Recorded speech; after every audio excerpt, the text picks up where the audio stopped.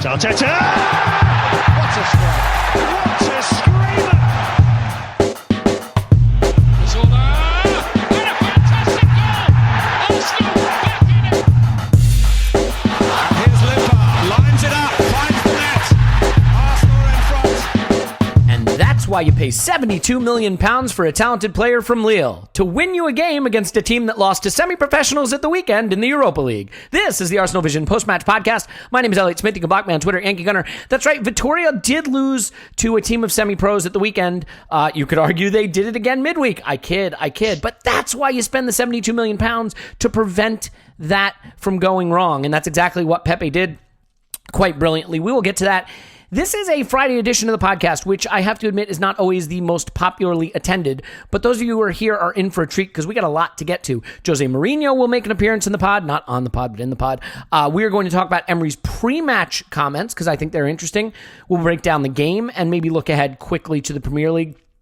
All that and much, much more, as we say, on this edition of the Arsenal Vision Post-Match Podcast. We did put a free article out for everyone to read. Oscar Wood at Rihanna on Twitter analyzed the Emery era statistically, subjectively as well, and came to some conclusions that I think are really interesting. And even if you disagree with them, it is a well-written and well-thought-out article.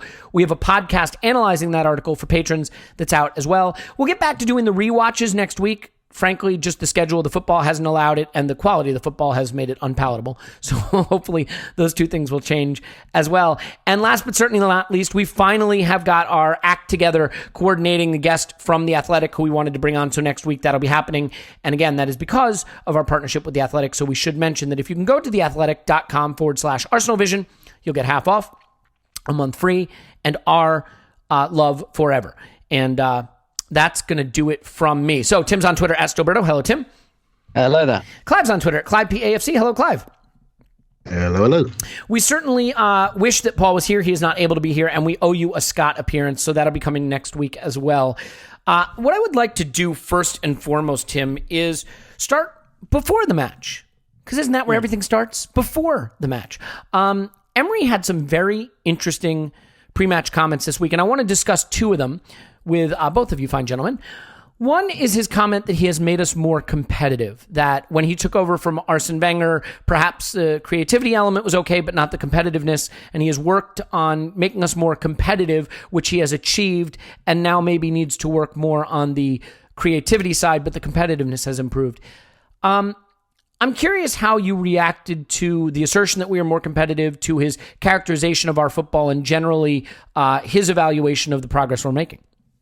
So I kind of wonder what he means by competitive, because I still think that there is a language issue there. So when he says competitive, does he mean what everyone's taken it to mean, which is that we were getting thumped out of sight and now that doesn't happen anymore? I'm not sure. Maybe he means we were beating teams too heavily previously, and now those games are more competitive. Well, yeah, there is that to it. Or I want, because I mean that's just plain not true. So I wonder if when he talks about competitiveness, I wonder if he means physical competitiveness. I wonder if he means like, we don't get kicked around anymore, and running metrics are up, and just generally the physical kind of shape of the team is a bit better, and we've introduced players into the team who are, who aren't pushed around. So I wonder if that's what he means. It's quite honestly, it's still a bit of a struggle to work out what Unai Emery means when he talks. That's the only thing I could decipher. And to be fair, I'd say that that's probably true if that's what he meant. Albeit, I think that was a bit of a trope under Wenger that kind of stopped being true towards the end. It was true at one point, but then I don't know. There's different ways of being competitive, isn't there? Like against Sheffield United on Monday, it wasn't like a physical thing. It seemed much more of we were maybe, to use Granit Xhaka's phrase, a bit scared, and maybe a bit more of a mental thing. But yeah, to be honest, I'm grasping a bit because kind of as ever, I just don't really know what he means. Yeah, and I think that's fair. And I would also argue that like sometimes people tell on themselves by accident, and maybe for Unai Emery, running about a lot more and getting stuck in is what a team should do. He asks for it from his players in training. He asks for it from them on the pitch. And if they're doing that, he feels job done. Now, that's a stretch. I'm making a narrative leap there based on bias. I acknowledge that, which is great, and I'm going to do it. So there you go. Clive, I do want to get your take on those comments. And, I think that he also had an interesting point in there that maybe we can touch on. He was asked about Torreira. He's sort of, hemmed and hawed, but he made it very clear that he liked Fabinho. It was a player we looked at and a player we wanted to bring in. And I have to tell you, this rubbed me terribly the wrong way. Lucas Torreira was brought in as a young player. Let's not forget how young, early 20s, just making his way, becoming a regular starter for Uruguay in that deeper defensive midfield role, a position that had plagued Arsenal for a long time, and had established himself in Serie A as a bright talent for the future. We bring him in. It's a savvy buy. He doesn't cost us a fortune. He's a player who seems to address a clear need, and he looked good for the first half of last season when he was playing a lot, maybe less so later in the season. I'm not sure a midfield 2 and a back 3 suits him. I'm not sure what his role in that should be. He's been weirdly used this season. There's been speculation that Emery prefers a taller, bigger guy in there, and then sure enough, he goes and says he likes Fabinho, which if you're Torreira and you're playing midweek and you're not playing Premier League games or certainly not regularly starting Premier League games and your coach is talking about how much he liked Fabinho, I just think this is a terrible way that we have handled what could have been a really important signing, and it wouldn't surprise me if he's gone after this season. So in addition to the competitiveness quotes, I'm curious how you react to him discussing a Fabinho in the context of Torreira. I think he discussed Fabinho in the context of Pepe settling in, didn't he? So, okay, yeah, I mean, you're right. I'm sort of connecting the dots. You're right. Yeah, this is what we're suffering with at the moment. We're suffering with a lack of clarity. When there's a lack of clarity, people do exactly what you've done. They join the dots up. Right? So he was talking about adaptation. It took Fabinho 6 months. We need to be patient with Pepe. In the very next moment, guy scores a goal. I think the stranger comment was around Ceballos taking, because if you're aligning that comment to Ceballos, he's here for a year, and if he's going to take 6 months to adapt and see later. Yeah, then what the hell are we doing? I think the whole, and your point, and what Tim was alluding to earlier, what we're suffering with as fans and analysts and close watchers and nerds, which we probably are all of the above. Right? So we are struggling with clarity and clarity of communication. Now, we all want communication. This guy's English has not got worse since last year. I just think we're growing tired of it. I think we're growing tired of the lack of clarity. And the more bits of information that we get, the more we can use that information to drive our own thoughts, feelings, and biases. I do think we're at danger of sort of missing some of these points and missing what's really important. Your point about Torreira is really important because he is a young player on the up. He is somebody that's come in that I felt was transformational last year for a period, particularly in the Spurs game, to how we played, bringing some attributes I felt we needed for many, many years. An all-round midfielder that can get to the pitch of the ball and not allow us to be bullied and pressed and actually just take the ball of people and force transitions. I was so excited about this player coming in. And we're seeming to be in danger of making this player less than the sum of his own parts. And that, for me, is my only criticism, one of my major criticism of a coach is to maximise potential, not diminish potential. And that's what I feel he's doing with certain players, and not just Torreira, but other players, which I'm sure you'll get to later in the podcast. Yeah. And while Arsenal fans are focused on the big one, the 31-year-old on 350 a week, there are other players that are good value, on the way up, younger players, which are critical for our future, which I feel the mismanagement of is far more important to the future of Arsenal Football Club than that of our superstar franchise player that's been here since 2013. Yeah. And I think it's really important we don't miss that. And let's not talk about our striker situation as well and their contractual situation. So there are key pillars in this club that we feel are not being managed appropriately, and the messages coming back to us are not clear and concise as we would like them to be, forcing us to have maybe different interpretations, some correct, some incorrect, but most of them subjective. And I think that's once you have that gap, you create something that can be arbitraged by rumor, and then we start to think about different people.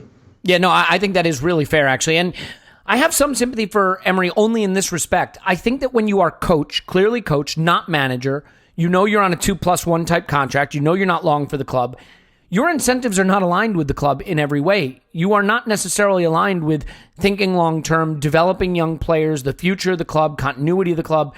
Your job's to win and win right now. And I think one of the problems we've seen with Emery is he has a very, very short time horizon for his decision-making. I mean, hell, his tactics are 45 minutes at a time. You know, his rotations, his substitutions are win the next game. He coaches every game like it's his last, would that were the case. But, Tim, the one thing I think none of us want to do is discuss Mesut Özil. It has become a worthless, pointless conversation that really has no bearing on the team, no bearing on the club, no bearing on us competitively. So let's talk about Mesut Özil for a second. The reason I feel we have to bring this up at the top is because the stuff that happened before the match. So I'm trying to speak chronologically here to some extent. There was a video that circulated of them at training having a conversation that certainly didn't look particularly friendly, for lack of a better way to put it. It certainly looked like they were hashing something out, like there was some disagreement there. It wasn't particularly amicable in appearance. We don't know that to be the case. We're just judging. He posts on social media after a picture of himself laughing with the caption, "You make me laugh."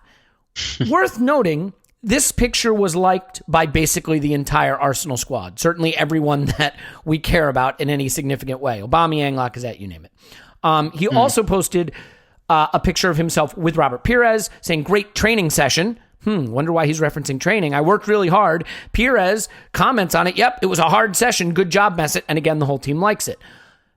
Emery had recently said Ozil was training harder. Ozil's recently said he's training hard. He was not in the squad again. And whether, there are two separate issues here. There is the issue of whether Mesut Ozil would necessarily improve our football. We don't know if that's the case. There's some people that are sure he would. There are others who say he's past his best.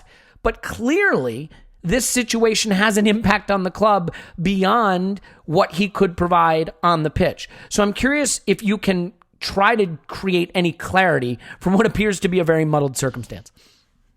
Yeah, it's coming to define Unai Emery's reign, this actually, much in the way that Bruce Rioch taking on Ian Wright did. I think there were real similarities there, and Bruce Rioch, just was never gonna take Ian Wright down. He was too big, and even though Arsenal did improve under Bruce Rioch, like notably they went up 7 places in the league, but he was done for when he took on Ian Wright because it was just he was bigger. Like Ian Wright was bigger than Bruce Rioch. And I'm kind of getting that feeling here. What was interesting last night was, I said at Sheffield United, there's no shouts against the manager or anything like that yet. A couple of times the Özil song went up. And so what does that tell you? There's your focal point. And I think you can interpret chanting Özil's name when we were 2-1 down in the second half and just before half time. I think you can interpret that as the fans expressing their frustration with the manager in an indirect way. It's very pointed. It's not quite "we want Emery out," but it's a battle line's been drawn here. We're losing, and this is where we're. This has been made into a completely polemic, one-on-one, head-to-head battle. Yeah, Ozil has become the avatar for anti-Emery sentiment, essentially. Yep. Exactly.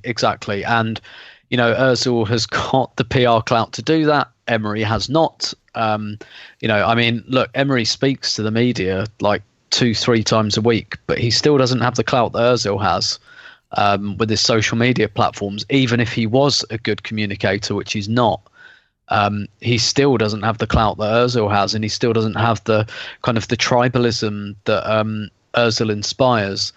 And this continually just feels like a really like a dark cloud hanging over everything, and it's why we keep talking about it, because it's not insignificant. It's not it's not something you can just ignore. You can't. It's like it's literally like the elephant in the room. You cannot ignore it. And even if we were winning and playing well, I still think it would be a bit of an issue in the background. But while we're not playing well, and particularly while we have creative issues, rightly or wrongly, people are going to point to that. And yeah, it's creating something we really don't need. We just really, really don't need it. Yeah. And for the image of the club and everything like that, other players from other clubs look at this kind of thing, and it just gives the impression of a football club that's just not right. That's just not a kind of positive, healthy environment. And that's, it goes without saying, that's bad. How bad you think it is subjective, but it's not good, is it? Basically, this is not good for anything. No, it's not. A house divided shall not stand, right? Or cannot stand, or whatever the expression is. Like, this is a house divided. And, I think there's a few unlucky details for Emery, right? Like, if Mesut Özil was a striker, I don't know that there would be as much attention paid, because we have fantastic ones, right? Yeah, go ahead. Yeah, and do you know what I was thinking earlier today as well? I was thinking about my spidey senses are tingling a little bit in terms of a lot of the things that tend to happen before a manager gets sacked are happening at the moment, and that could be like projection on my part, but because I was thinking today, right, like what if, like, I don't know, Emery and Caicedo go and Freddie takes over, and we've got no idea how that will go because Freddie Ljungberg has never managed at the professional level. But or even if it was someone else other than Ljungberg, I'm just kind of thinking it would still be a really daunting job. But I reckon, I've seen this so many times before, there's some bad feeling generated between the manager and a couple of players. He gets sacked, the new guy comes in, and he thinks, I've got two such quick wins here. Like, I might not be able to sort this team out totally, but if I drop Xhaka for Torreira and put Özil in, that feels like two really quick wins that, will not completely solve. I mean, it might, but it probably won't completely solve and make us brilliant, but that'll probably make us better, pretty much off the bat. And, if I were like Freddie Ljungberg sitting there, I'd be thinking about that at the moment. Yeah, and by the way, I mean, not playing Özil has knock-on effects that you might not think about as negative, but they are to a certain extent, because what are we getting instead of Özil? We're getting Torreira out of position at some time, so he's suffering and he's not growing and developing footballistically, or you're getting Joe Willock, who's not a 10, and in the first half against Sheffield, he was poor. He has to get hauled off early because, at halftime, because he's not playing there. Then what do you get? You get Ceballos at 10. Ceballos also isn't a 10. So what happens? He gets evaluated as not being good enough, and his loan doesn't start going as well as it could be. And I'm not suggesting that any 10 would play particularly well in Emery's system, because I'm not sure it emphasizes that area of the pitch particularly well, period. And I'm not sure the distances are right to bring a 10 into the game.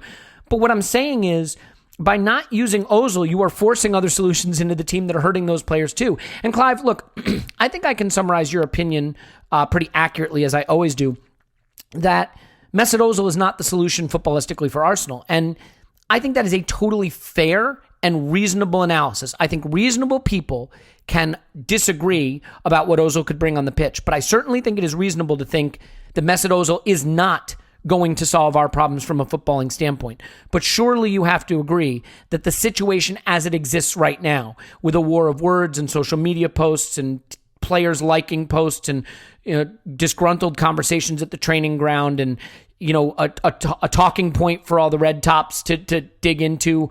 I mean, this can't be good for the club regardless of whether you think Özil has a lot left to give on the pitch. Yep, I totally agree. And to quote one of my other sayings, it just makes us look smaller as a club. If we're in disarray, then you just don't own your size. And I find it disappointing. I find it misplaced. On the football side of things, there's so many things. If we were to discuss Mesut Özil football-wise, we'd probably all say similar things. A lot of it's in the past. A lot of it's wrapped up into a few memorable performances. But our minds are playing tricks with us, and I've talked about this before, but I'm not alone. Teams don't play with that player anymore. But because Emery's not been clear on how he wants to play, he's leaving himself open to number 10 comparisons, which you alluded to. Can I sit here and say that Ceballos, Willock, Torreira, and he even tried Saka in that role, which shows what he's trying to do. Can I say that they are better than Mesut Özil in that number 10 role? I can't. I can't. And so, but if you had a slightly different system where you had different construction, and then the Mesut Özil role is not a discussion point. In this, how we're playing at the moment, it is a discussion point, and he's doing that. So you need to be smart and say, okay, this is how I want to play.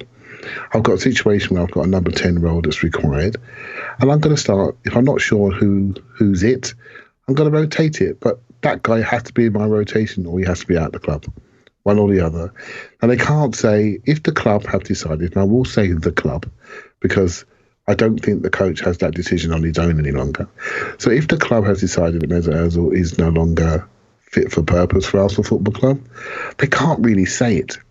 So Emery has to wear that. It becomes a selection point of view.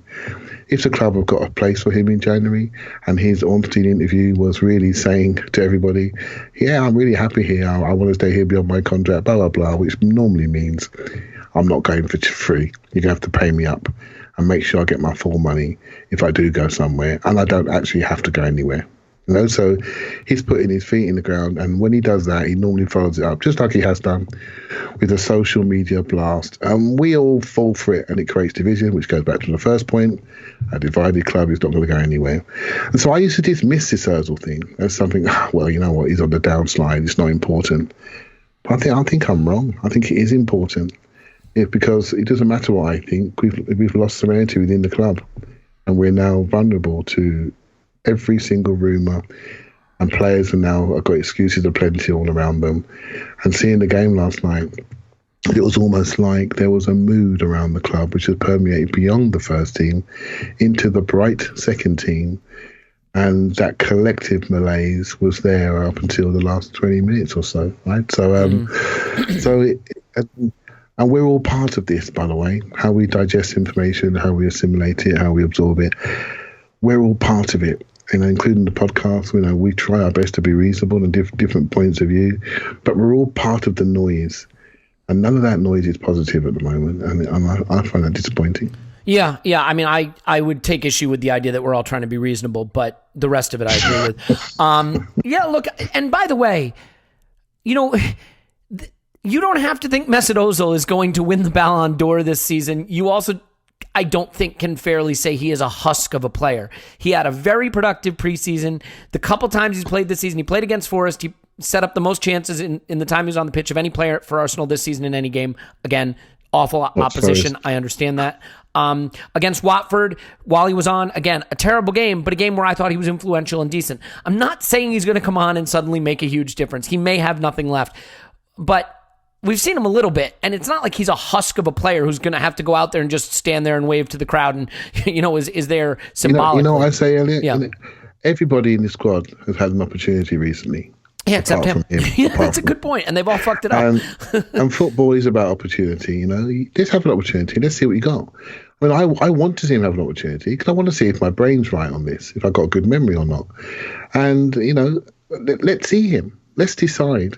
Because the longer we don't see him, the better he gets, right?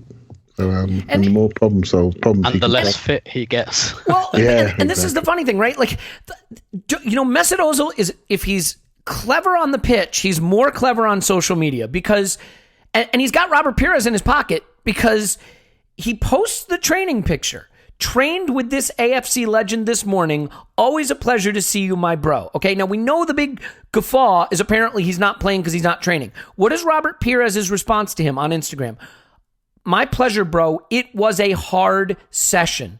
Like, there's no ambiguity there. It's two guys saying, I'm training and training hard. It's not my fault I'm not getting picked. So, I do think that there's something that happens to managers late in their time at a club where they entrench themselves. They dig their heels in and they say, this is my decision.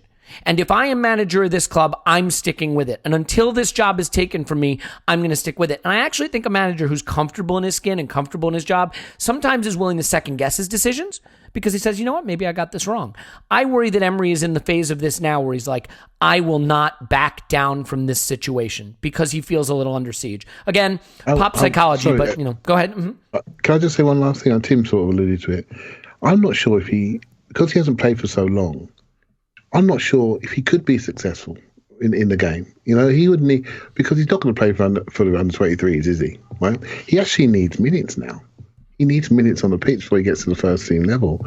And so he's now in a situation where he's played so little. I don't know how long ago Watford was. It feels like 6-7 weeks ago, 8 weeks ago. He hasn't really played a game since Watford. And if he was to play a game now, how could he succeed? Well, he could succeed against Vitoria if he was given that opportunity. I agree. But just rewinding back, it would be very difficult to succeed when you haven't played for 2 months, expected to come in and save the day. And so the dice is actually loaded against him. Yeah. So potentially he might play him in a game in 2 weeks' time when he hasn't played for like 9 weeks or something like that.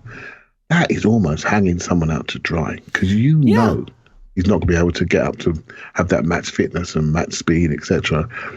I think this is a very dicey situation. The longer it goes on, the more it's heading to a January exit. Yeah. All right. Well, so by the way, I saw the United report on Twitter was tweeting something about United being interested in taking Mesut Özil, and I was like, Jesus, are we going to be able to pull this off again? Do they not realize how much they're paying Alexis to be at Inter?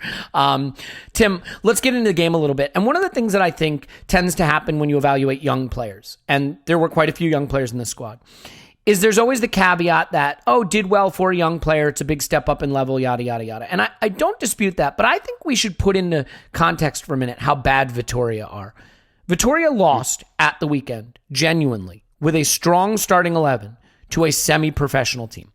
They're on 12 points in a league with teams that are no good. I mean, they've never won against English opposition in England.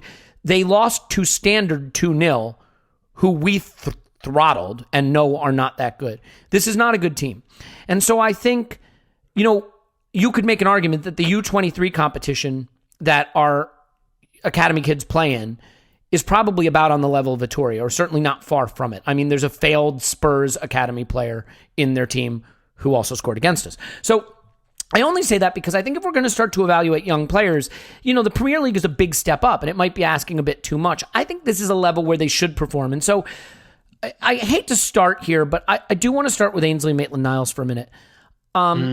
At some point, it seems he lost confidence in himself as a defender, and he started advertising to anyone who would listen that he's not a defender and that he's actually a right winger. This is the second game now he's been given that chance, and the second game where I think he's disappointed, although much more so in this game than the last. And I hate to go into soft factors and mentality, but I think in this case you can. I think you look at Maitland-Niles and you see a player who is really, really doubting himself now. And when he gave the ball away for their goal, he looked like he wanted the pitch to swallow him up. Do you worry that Maitland-Niles is maybe in something of a downward spiral in terms of his confidence and his levels where this isn't leading to good things for him? Yeah, 100%, because, he's seen that the job he had, his in, was Hector Bellerin's understudy, and that's been taken from him by Callum Chambers, and fairly brutally. And he begged off it, to be fair. Yeah. But he was still playing and fairly inconsistent, having some good games, some not so good. And now Callum Chambers is a guy who, 6 to 8 weeks ago, if you'd have suggested Callum Chambers playing at right back, there'd have been murders.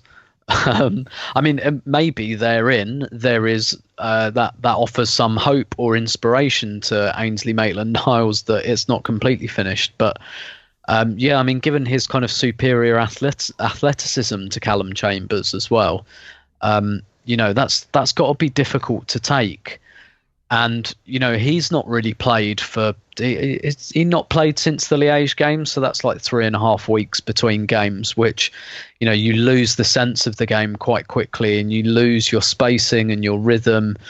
I also think I couldn't quite work out which position a lot of those players were playing in. I think the intention was to have quite a fluid midfield, because Emile Smith-Rowe definitely started as a 10, but then moved quite quickly out to the left. And then, I think he moved out to the left when we took Maitland-Niles off and brought Ceballos on to play 10. No, it was definitely before that. Okay, definitely before that. There was some rotation around there, and I don't think that worked just because the players don't know one another well enough and haven't done it often enough. I think again, this kind of goes back to a bit of an issue with Emery. You need to build like a tactical foundation before you start adding bells and whistles like swapping of positions and rotation. I think you've got to put a base in before you can do that. But to be fair, this is the Europa League. This is the second string. You're not going to get that. That's just what happens when you play your second string, and we all want him to play the second string in this. So, but yeah, the mistake for the goal. I mean, there was still a lot that happened afterwards. It's not like he coughed the ball up in his own penalty box. There was quite a bit of distance to travel, and it's quite concerning that we were so open and so vulnerable from that moment. But I think there was a mixture of things going on there in terms of not really having that relationship with his teammates. But yeah, principally he does look like his confidence has gone, which is probably a big part of the reason he's not really being picked anymore. And then it becomes a vicious cycle, doesn't it? You don't get picked because your confidence is crap, and so your confidence gets worse. And then this, like getting hooked at half time, that's got to be what. Okay. Like after can I stay with you up a goal? Can I stay with you for a question about that real quick? And then I promise, Clive, we'll talk Maitland-Niles and Willock as well. But this drove me nuts, and this was something that made me genuinely feel disdain towards Unai Emery. He wants to win every game. Fine, so be it. I understand the pressure to do that, and I understand that long-term goals are not aligned with his short-term goals because he's a short-term coach at Arsenal. But these are young players, Joe Willock and Maitland-Niles. They hopefully have a future at Arsenal or some value to Arsenal in some way in the squad, as stars somewhere in between, being sold off, whatever the case is. But nurturing them is important. You have put them into tough positions. Maitland-Niles has played right back for you in the Premier League. Joe Willock has played 10. He's played 8. Okay. You're at home. You're losing to a terrible, terrible team. There's every indication that you should be able to turn it around. Now, admittedly, we almost didn't. But every indication you should have trust in these players to beat this team. What do you gain by hauling off 2 academy kids at halftime against a terrible team at home in a second-rate competition other than destroying their confidence at the expense of maybe getting 3 virtually worthless points? So I'm going to read a tweet from Richard Jolly, who's a good journalist, good follow on Twitter. Unai Emery has made 6 half-time substitutions this season. The players he's substituted: Reece Nelson, Bukayo Saka, Emile Smith-Rowe, Joe Willock twice, and Ainsley Maitland-Niles. All academy youth policy. Kids, yeah. Youth policy, I guess I have kind of mixed feelings on it in that I guess I get it more with Maitland-Niles because if his confidence is gone and he's giving away goals, I suppose it depends on how he feels, really.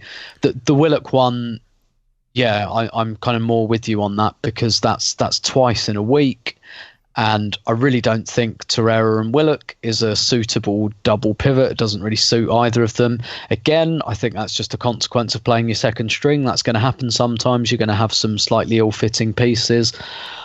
I don't think there was really any need to kind of ostracise Willock like that twice in a week because that's, again, this is worse for him confidence-wise than if he'd played 0 minutes this week. Yep. Although maybe he's learned something, you could look at it like that he's wiser for the experience. But yeah, definitely the Willock one I thought was a little bit unnecessary. And let me just say this. This is where I think there are issues with Unai Emery. I'm not going to say he's an idiot. I don't think he's an idiot. I think he's a guy who likes to watch video and get tactical and tinker and play and get into the weeds of football tactics.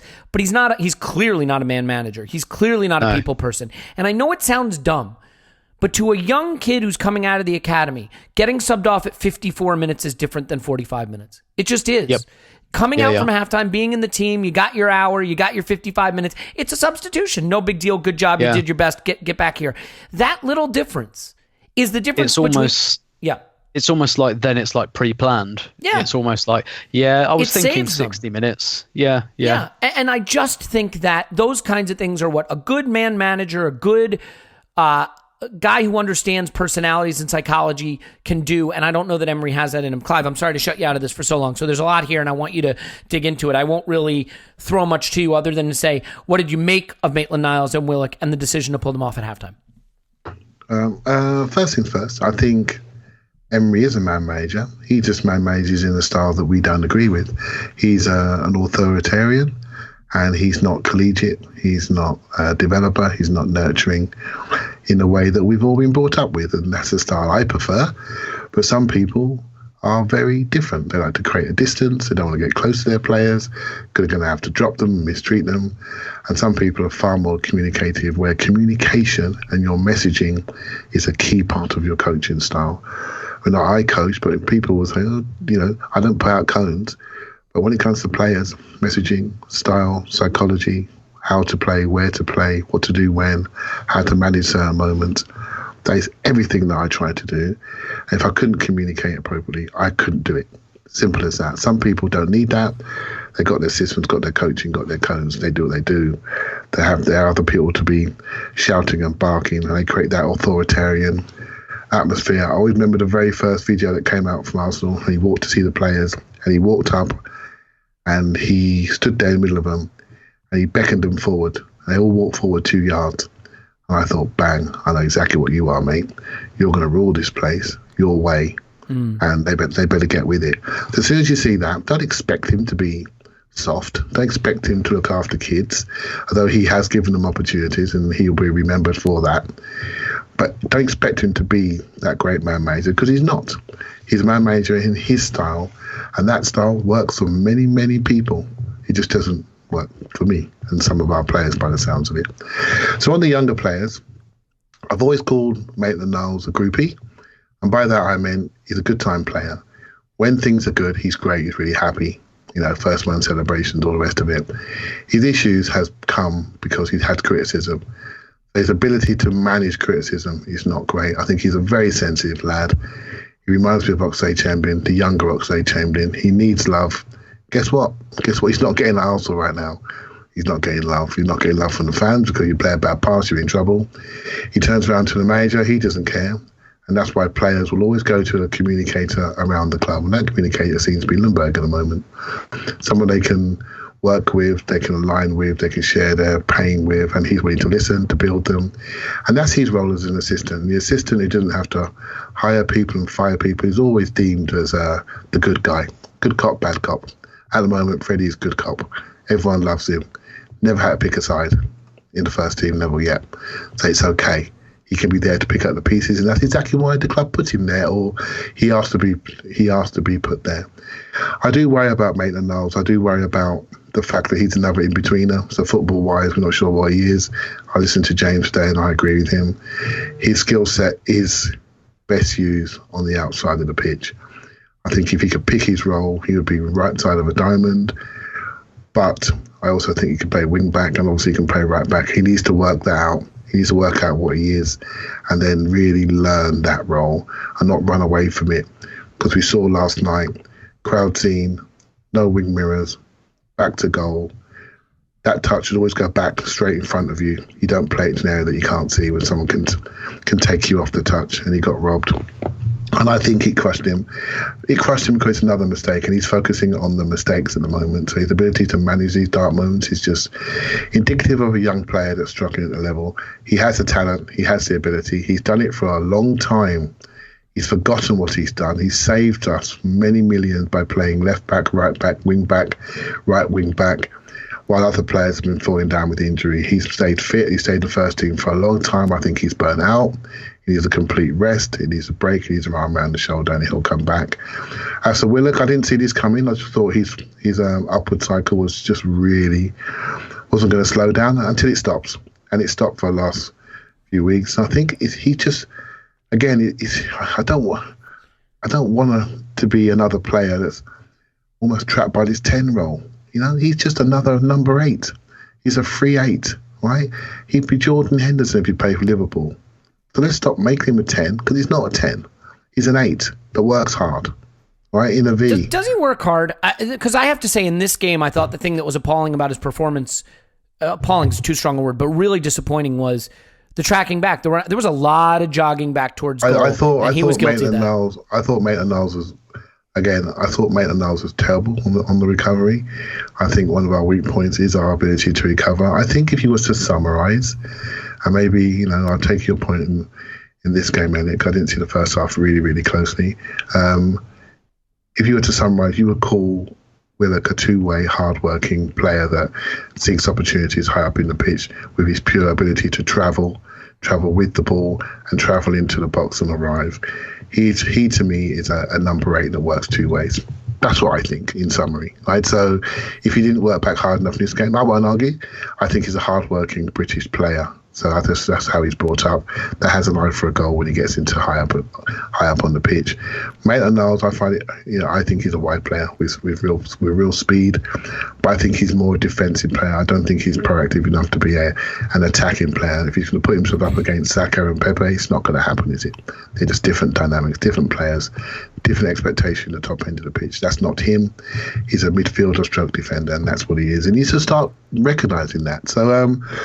So yeah, that's how I see it. So I think the thing that will, just to finish up, mate, the thing that will hurt Emery the most, if you start, don't worry about messing with Özil. If you start messing with the young kids and you mess up 10 years of academy development, if you start messing about with Aubameyang and Lacazette, then watch your background. Because that's the issue. That's the future of the club.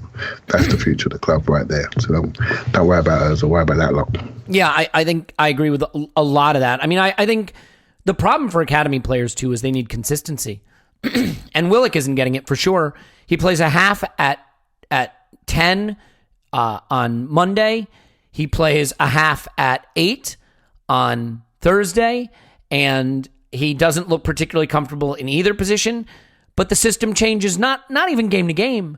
The system changes half to half. And experienced players need some consistency. Young players need a lot more of it. I do want to say there is nothing wrong with evaluating young players. Like if I'm critical of Joe Willock, it doesn't mean I hate him. I don't think he's good. Oh, he's crap. Get rid of him. It's just we're seeing these players get some playing time in the first team, so we're naturally going to evaluate them. I think Willock can work on his off-the-ball intensity and tracking back.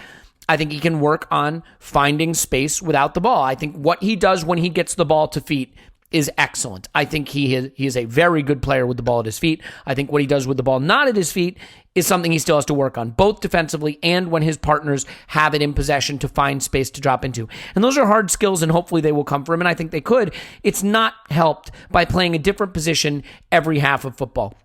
I just don't see that helping him. And what I worry is that we are creating hero complex. You know what we'll do? We're not going to take a break. We'll skip the break, okay? I was going to put in an ad break here. We're not going to do it, but all I ask is that you, if you are interested in The Athletic, you go to theathletic.com/ArsenalVision and sign up. If you're not, no big deal. Or sign up for our Patreon, or don't. Either way, fine. That's the ad break. There you go. Hope that's okay.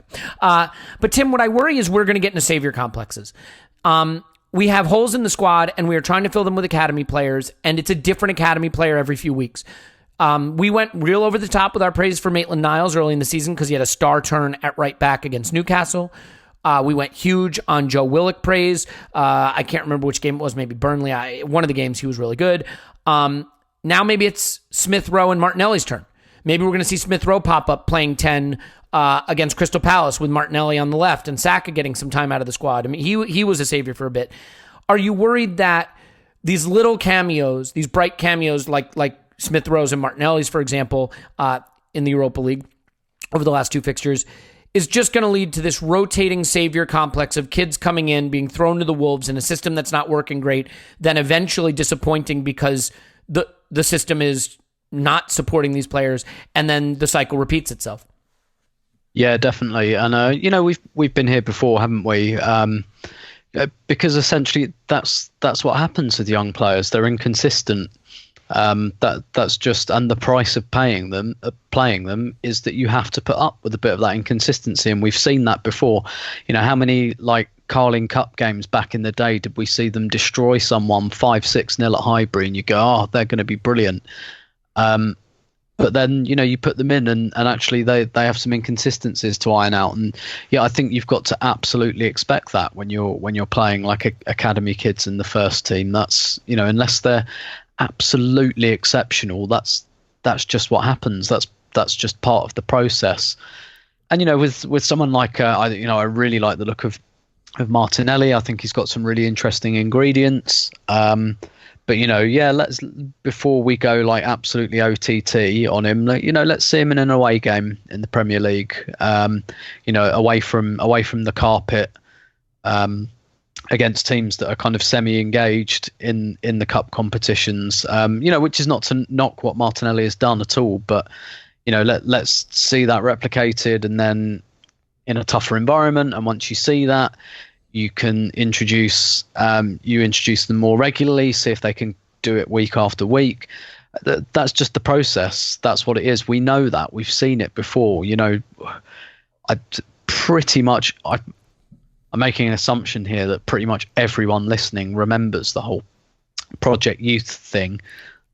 So we've seen it. We know how this goes. And that's why, like I kind of always say, what you really want is to make these guys squad players, make them involved, give them minutes in the cups, let them come off the bench and things like that. And actually, I quite liked the way Emery used some of them earlier in the season when they were coming off the bench for the last 20, 30 minutes and using their energy and disrupting games.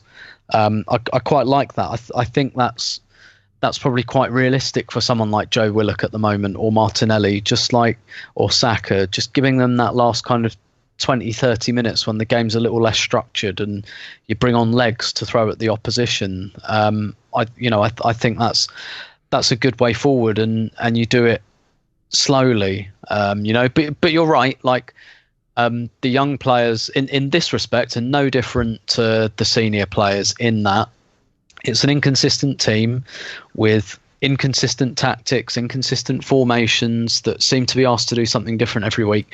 And whether you're 18 or 32, nobody thrives in that environment. Nobody does. Every player wants to be a bit settled somehow.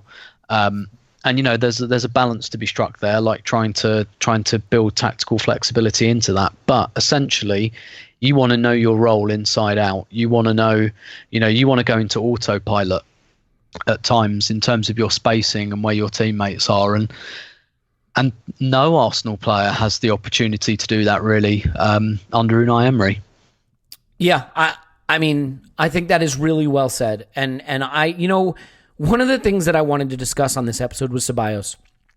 And I'm kind of not that interested anymore because I think we are moving towards a period where this is going to just feel like a lost season for Ceballos to some extent. I mean, we're approaching November. He doesn't have a consistent position in the team. The team is a bit of a mess tactically. I think he is a fairly good player with some clear flaws. I think what became clear to me in this game, I shouldn't say clear to me in this game, but what's becoming clear to me is he is a small space player. He is a short distance player. He likes to be close to a teammate. He likes to exchange quick passes. He likes to beat a guy off the dribble and give the ball. He does not like long distances. One thing that was really weird in this game, I don't know if you guys noticed it, but he had a number of 10, 15-yard passes, like as slowly as you could ever hit a pass. Like it looked like they were coming to a dead stop before they arrived at their target. And I think about the one game that he really bossed, the Burnley game. And if you think back to the Burnley game, he's right next to a teammate. Every time he's got the ball, they're 3 yards apart. They're 2 yards apart. Bing, bong, boom, right? I don't know what that means. But, just pinging passes and then up the pitch they go. And the midfield right now is just so much space. This flat three stretched across the pitch. There's no verticality. There's no connectivity between the midfielders and the front line. And I just think it's a situation that Ceballos can't excel in. And for right now, I don't know that there's a way forward for him in that system. So I think given that he's probably not going to be an Arsenal player long-term, the more interesting thing here, and we will get to Pepe because that's obviously a big one, is the Tierney-Bellerin thing. I mean, this is, if there's a bright future on the horizon for us, it is certainly going to revolve a little bit around these two. So, Clive, a couple of things here. First of all, I thought Tierney was weak defensively in some situations, but really good going forward. I think Bellerin still looks a bit off the pace, to say the least, although he did have some of his sort of trademark cut inside his man and sort of run to the channel kind of moves. There's some signs of the old Bellerin in there, but he does look a little rusty. How do you feel about their performances? And also the fact that they now, especially Tierney, who looks closer to ready, appear to be on a midweek rotation rather than a Premier League rotation. Yeah, I think we should all hold our hands up and say maybe they're not quite ready. And the fact that Tierney didn't play at Sheffield United, maybe we can understand that a bit more a few days later. I never thought Bellerin was ready. I think if I take Tierney first, I do think we've got a very good player on our hands there, without a doubt. And also, it seems like we've got a very good character. There's not many of those about in modern games. When you have one like him, you should thank your lucky stars, because he seems like he's a very popular person in the club already. He's got the right spirit. He's got the right edge. He just needs to get fitter. And I think maybe because the midweek game next week is Liverpool, I think by holding back next a couple of weeks, knowing they'll play in that game, potentially, I think Tierney will play in that game. I think that's a smart thing to do. You don't want to go to Anfield without the right people in case it goes badly wrong. So I sort of get that. With Bellerin, I've got a touch more concern, but quite rightly, he's been out longer, and it's much more of a serious injury. He seems to have lost a bit of power, right? So just pure muscle power. He looks light. He doesn't look quite quick, and why should he? He looks quite fit, but he just lacks power in the moment, in duels, to really enforce himself on the game. That will come with match practice. And I think, the rotation he's on is a good one. I do feel, I felt for a little while now that the construct of the team is wrong. I think we're too deep as a defence. I think it's hurting so many players. It's hurting Ceballos. It's hurting Torreira. We haven't got big distance players. If you are going to play big distances, then let's have a wing-back situation, a three-at-the-back situation, a system which is far more positionally based on the pitch, and you cover the pitch with players in the system, and you have an exit plan which is obvious. And I think that will suit our players a lot more at this phase of their fitness and integration and adaptation to the league. It allows us to get our three best players off touchlines and closer together, and we can lean into our striking efforts, and then we can have a team around them and put them in an armchair. That's what I would do. I think we would get Ceballos out of this. I think we get better out of Pepe. I think we get better out of our returning fullbacks. I think it helps Chambers. I think it helps Mustafi, by the way, who I think had a decent game last night. We have players. It will help the integration of Holding. And over the Christmas period, when we're going to be turning around a lot of games, I would like to see us move to that more. And I think it takes away the number 10 debate. And I think that debate is dividing the club. So I think that's an issue. I think the fullbacks are coming. They're not here yet. I think Tierney will arrive. When he arrives, we'll be better for it. And hopefully he'll be the player we all hope he'll be and stay injury-free. Bellerin will be behind him. But again, towards the end of the game when Pepe came on, I think we all saw what could happen. And I can't wait for it to be a regular thing, because that right side could be spectacular if it gets going. Yeah, I think part of the issue for me is just that look, and Tim, maybe just a quick sentence or two on this. It doesn't have to be a big deep dive, but I think big managers at big clubs tend to be a little less circumspect about getting their star players back into lineups. Maybe I'm projecting. Maybe that's not the case. That is not data driven. That's just intuition driven. I don't know exactly what Emery's trying to do here, but to me, fullback's been a problem. Fullback is important to his system. They may not be totally ready. You just get them in there. These aren't academy kids. These aren't young kids where you're like, oh, if I throw them to the Wolves now, their career will be ruined. Like, these are big players on big money or big transfer fees who have big futures at the club and are playing a critical position that's been a problem for us. Like, isn't there an argument that all of this pussyfooting around trying to get them back is probably just a waste of time, and that you just throw them into the Premier League and let them play their way into form? With Bellerin, no. Just because of the severity of the injury? Yeah. So I, as part of the the Arsenal Women podcast I do a couple of months ago, I had a chat with a guy who's a knee surgeon who's operated on ACL injuries. And yeah, that was quite an enlightening discussion. And there's quite a lot that goes into the recovery from that injury. As Clive says, basically when you have a big injury like that, you have to like completely rest post surgery for about 8 weeks. And what happens to an athlete then is they lose all of their muscle, like all of their muscle deteriorates. So it takes a long time. Like they have to start from zero to professional athlete. And that takes a long time. But also the biggest cause of repeat injury is fatigue. And so what you don't want to do is fatigue them, because that's when recurrences happen. So with Bellerin, I'm kind of happy to take it slow. And also, I think that showed last night, and he was on my side in the second half, and he was really huffing and puffing in the last 15 minutes or so. Didn't help that we were really chasing the game. I think it might have been, I don't know, maybe it was good for him, but maybe it had been better to be a slightly more controlled game. Tierney went down with cramp late in the game, I remember. Yeah, exactly. I spoke to Jordan Nobbs last weekend, who's recovering, who's come back from her own ACL injury, and she did 90 minutes back to back in 2 games, and we talked about that, and she kind of said, look, these were games that we knew Arsenal were going to control and were going to have all of the ball. And these were considered 2 like quite low load games for a central midfielder. So just to kind of build her back up. And she's a good month ahead, I think, of Bellerin. So like on kind of ACL injuries, I've spoken to people in the know, I guess. So I'm kind of happy with that. Tierney.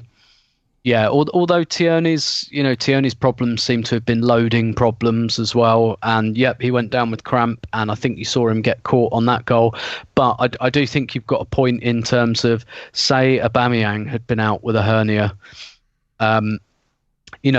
His reintroduction wouldn't have been managed like this. No, he just gets thrown back in, and rightfully so. Yeah, yeah, that's you're right. That does happen with your big players like Messi. All right. Kieran Tierney's not Lionel Messi, but you know what I mean. Like so says when you.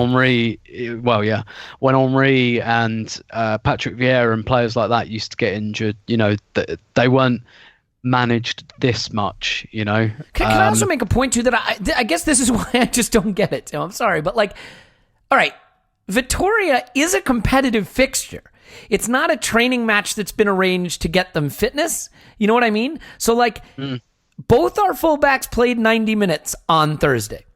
They could have played 90 minutes against Sheffield. And you can say, well, Sheffield's a much tougher game, much greater intensity. Like, it's still a football match where you're running around. Like, and again, I could understand if you're saying the guys we have out there are fine. Maybe with Chambers you could say that, but certainly not with Kolasinac. So if you think that Tierney can play 90 minutes against Vitoria, I get that it's a lower standard. Play him the 90 minutes against Sheffield instead. And if he gets caught out, you know what? Our fucking left back gets caught out every game. So are we even going to notice the difference? Like, how do you transform this from an every midweek rotation to a Premier League rotation if you don't just put him into the Premier League? Because now we can't play. I presume these guys can't play against Palace, which means are they playing Liverpool on Wednesday? Well, then that means they can't play against Leicester. Yeah, you're right. Like they seem to be trapped into that cycle now, which is not helpful. But particularly, after the international break, there was just over 2 weeks. Tierney, Scotland, kind of revoked the call up. So obviously there was a conversation with Arsenal. So he had like 2 weeks on a training ground. I'm sure they both got like a few days off in that time. So yes, but as ever with these things, there just might be information that we don't have. Well, there will be information we don't have. It just depends on whether it kind of backs up Emery's kind of decision. But isn't football football? I think, like, he just played 90 minutes of football. Like, it's still football. Yeah, exactly. And actually, even the conversation you guys had on Tuesday about bringing him on for the last 20 minutes against Sheffield United might have been a better substitution than some of the ones we made. Yeah, I mean, you could say a lot about that as well. The less said, the better. Look, I think we should at least have a little fun on this pod. If you've listened to the 58 minutes preceding this, you deserve it. Clive, can we talk Pepe for a minute? Yeah, let's go. Okay. Look, I don't know that he was that great when he was on the pitch, just in terms of his overall play. I think he was good. He did a lot of the Pepe stuff, beat a man, drive us forward. And I think Pepe has been one of our better performers this season right up until the point where he has to do the thing that makes the goal or scores the goal. In this game, he scored the 2 goals. Now, they're not from open play, regardless of whatever the Europa League commentator thought. But they are sensational pieces of skill and technique. The second one, there are some phenomenal from-the-ground views of it from behind and stuff where you can just see how exceptionally well struck it is. For you, how impressed are you with these goals? And arguably more importantly, how significant could they be in terms of what Pepe goes on to do from here? I think for me, what I was looking for from him was danger. So when we were talking about our wide players, Mkhitaryan, Iwobi, and we toyed with Zaha in the summer, and there's a Pepe. And all I was thinking about is we need a danger factor. We need a bit of swagger in the team. We need a dribbler. We need something that stops us being a passing team. And Pepe came on board, and the first thing he did was start beat players at Anfield. Not a bad start. So he's obviously got something in his feet. He's got an amazing technique. But again, he was one that just didn't look fit. He tired quickly. When he tired, he started giving the ball away. His shooting was weak. His passing was wayward. But his intention and technique was really, really good. So, as fans, many of us said, "Oh yeah, he's going to come. He's going to come." But secretly, we were all worried. We were all a little worried. Maybe, please say we haven't bought a dud here, right? Because it's a very important investment. I think the Sheffield United game was the one where it started to turn because I felt he looked dangerous. He looked fast. He looked dangerous. And then he looked penetrative. He looked like he could run away from people. And that sort of made your eyebrows raise. And he should have scored his goal. And it would have been a different week we'd have had this week. But then last night, obviously, he comes on. You're thinking, what's he going to do? I thought he might do okay. But I didn't expect that. I didn't expect that level of technique. I mean, the second, he did have some good play within the game. But the second free kick, that's a elevation of talent. Because that's how it's being lined up. You don't get sort of semi-certainties from that sort of distance. But we can all see his technique, his body shape, everything about it. You're thinking, he's going to score. You just look at his face, he's going to score. And then he puts it in the postage stamp. I mean, that level of delivery under pressure, they call it teacup, right? Thinking clearly under pressure and delivering your talent, that is outstanding. And that's where you pay your money. And I do feel he is the player that we need to complement someone like Aubameyang to attract people, to create space for him to do what he does. Does it fit massively alongside Lacazette? I'm not sure yet, but the three of them look like they could be a very good three. And I do feel for the future of Arsenal Football Club, that level of investment, I know the market's, it's inflated, but that level of investment, that's a big number for Arsenal Football Club. We can't do that every 6 months. So it's very important that he is what we want him to be. And last night we saw the signs of that. And let's hope this continues, right? Yeah, it was fantastic. And I mean, while I think the result is not super significant, what it spares us by winning is it spares us Emery then having to put out full strength sides in coming Europa League matches. Because I think had we lost, there was a chance that we were going to have to see first teams in some of these Europa League matches, and now there's a chance we won't. I just think every single player on the pitch at Arsenal right now looks like they'd be more comfortable if the distances were closer to other players. I just think that the wide midfield where they're stretched apart from one another, I think the forwards who don't have fullbacks next to them, I think Aubameyang being isolated in the center, every one of these players looks like they could benefit. Pepe with an overlapping fullback that could exchange a pass with. Aubameyang, another forward who he could play off of. Ceballos, a partner that he can exchange passes with. Everybody at Arsenal, except maybe Guendouzi, looks like they would benefit from having someone a little bit closer. Why do you think our backline has become so deep this year? Because I thought I linked it to David Luiz. I just don't understand it. We are so deep. I think a lot of it's Xhaka. I just had an interesting conversation with someone in our Facebook group, and he made a point that I think is right, which is Xhaka likes the game in front of him. He doesn't trust his recovery pace. Xhaka tends to sit a little, like his starting position's deeper than Guendouzi's. He likes to start a little deeper, come back a little further. And I think when your play in midfield starts just that little bit deeper, the defense behind you drops a little deeper, the forward line gets disconnected. I think Xhaka's starting positions have an impact on the depth of our back line and the depth of our midfield. I'm not sure I totally buy it because Xhaka's been there a little while. And if you're centre back, what you say is you get him off my toes. Get up, get away from me. You're doing my job. Get away from me, and you might as well not be there. I'm wondering if it's something to do with the goalkeeper rules. The changing in rules. Yeah, starting deeper. That could be it. Yeah. I've seen it. I've seen it since almost David Luiz arrived. I haven't got an answer. I don't like it because we're forcing jogging midfielders to run big distances. Watching Sabaya sprinting back last night, it's not a great look, right? It's not a great look. But, with the ball at his feet, twisting and turning in small spaces, it looks a lot better. So, and he has got the ability to do a 5-yard sprint to get a tackle in. But 15, 20 yards, it looks very ugly. And so I don't get it. I'm genuinely at a loss as to why the distance from front to back is so big, because everything else is wrapped around that. That's because the technical style of Arsenal is built on the ability to move the ball, short, sharp, small spaces, body shape, rotation. That's us. We're moved away from that style. And I think it's not just the players, not just the coach. I think it's the whole construct. Did you see what Bellerin said? Distances. I did see something about the DNA of. Yeah, I thought this was a really interesting comment. And, you can construe it as being a criticism of Emery. I'm not sure. I think you're reading bias into it if you're doing that.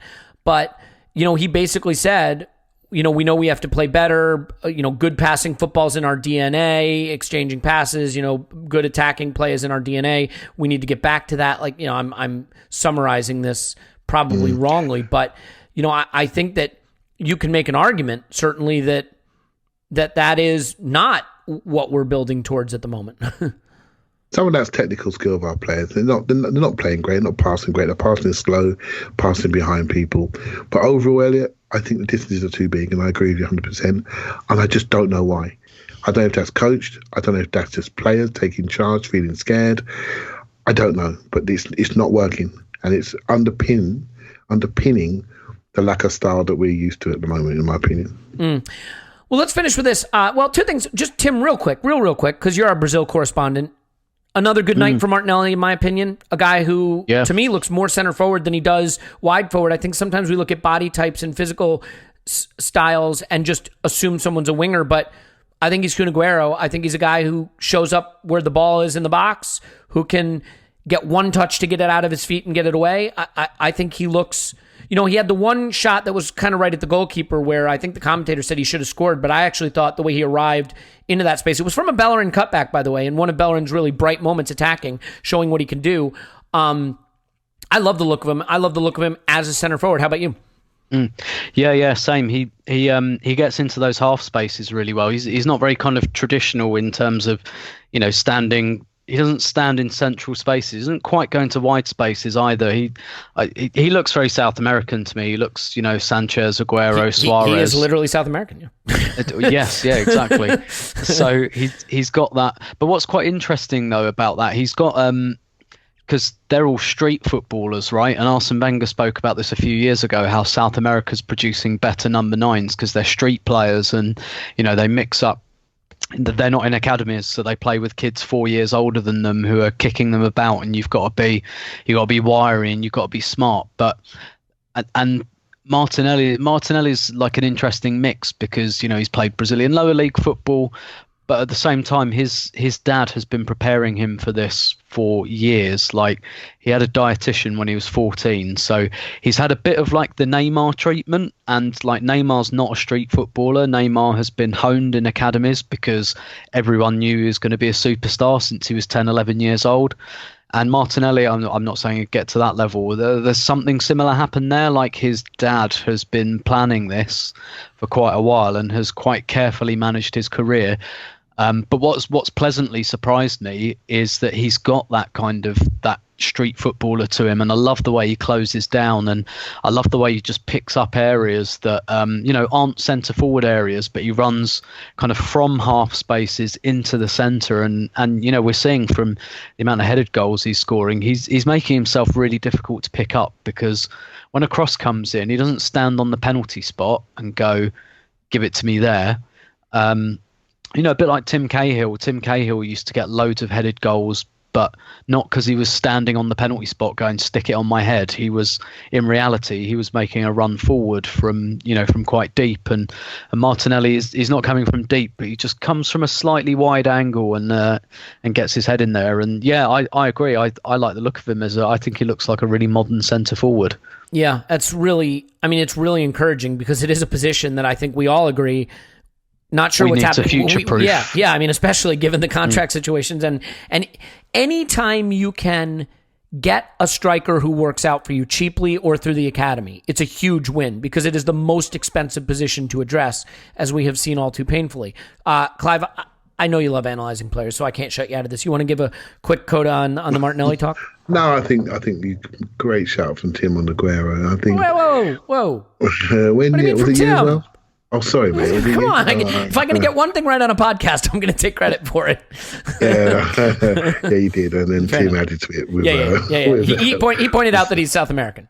Yeah, exactly. So I think when you're a crosser and you look up and you look for spaces and you look for the player that's moving. And he's very good at proactive movements. He does the old one run for the defender, one run for me. So he anticipates when the crosser's going to cross. He's already made the first movement, creates separation. When the crosser gets his head up, he thinks, oh, I can see him. And just puts it right on him. And I think it's because you see a player that's shaping to go and get it. I think sometimes players don't get the ball because their body language is not great. And so you end up putting the ball into an area and creating fight balls. You can always tell when the player's confident because they really want it. And he wants it. He's prepared to shoot off both feet. He doesn't care who's around him. He doesn't care if 200 grand a week and Lacazette is next to him. He's taking his shot. Mm-hmm. He's got that edge to really forge his career. You know, somebody that's come from a different background to that we normally used to. I arrived in London and I'm going to make this work. I'm going to make every second on the pitch count. I'm going to run, I'm going to work, I'm going to force myself into the team, force myself into the manager, take every chance I could possibly get to score goals and dictate my future. And maybe players like Maitland-Niles, who have got lots of talent, need to get some of that edge into him because talent without attitude won't get you anywhere, right? So get your attitude right. Really stop sulking, stop crying. You're at Arsenal Football Club. You won't be here very long unless you wake up, right? So get going because you've got it all. You've held our defence, been part of our defence for over a year and a half now. Start to play. Find excuses to play, not find excuses not to play. And Martinelli is a great example of somebody that's, trying to arrive within the club in the right way. Yeah, I think the important thing here is we found the next person to anoint as the savior for the next 3 weeks or so. All right, I said that was going to be it, but we have to touch on one thing, just super quick, I promise. Tim, Jose Mourinho was the invited guest of Raul Sanllehi for the game, apparently. And my initial reaction to this was, who cares, whatever. Jose Mourinho went to see a football match in London with Raul, who would know him from La Liga time, and it's not a big deal. And then I stopped and I said, well, wait a minute. Jose Mourinho is on record saying his next job is going to be in London. And Raul Sanllehi, last I checked, is not a complete fucking moron. I'm not saying Jose is our next manager because please God, no. But I gotta believe Raul, coming from Nike, coming from Barcelona, understands optics. So now I have a slightly different take on this. I don't think you can innocently invite Jose fucking Mourinho to a game where your current manager is embattled and you're the president of football operations, whatever the hell the title is that you have. I don't think you can do that innocently and just smirk and expect no one to think anything of it. So I've come around not to the idea that Jose's our next manager, but to the idea that there's just a tiny little bit of there. Am I wrong? No, I don't think so. I think you're absolutely right, Raul.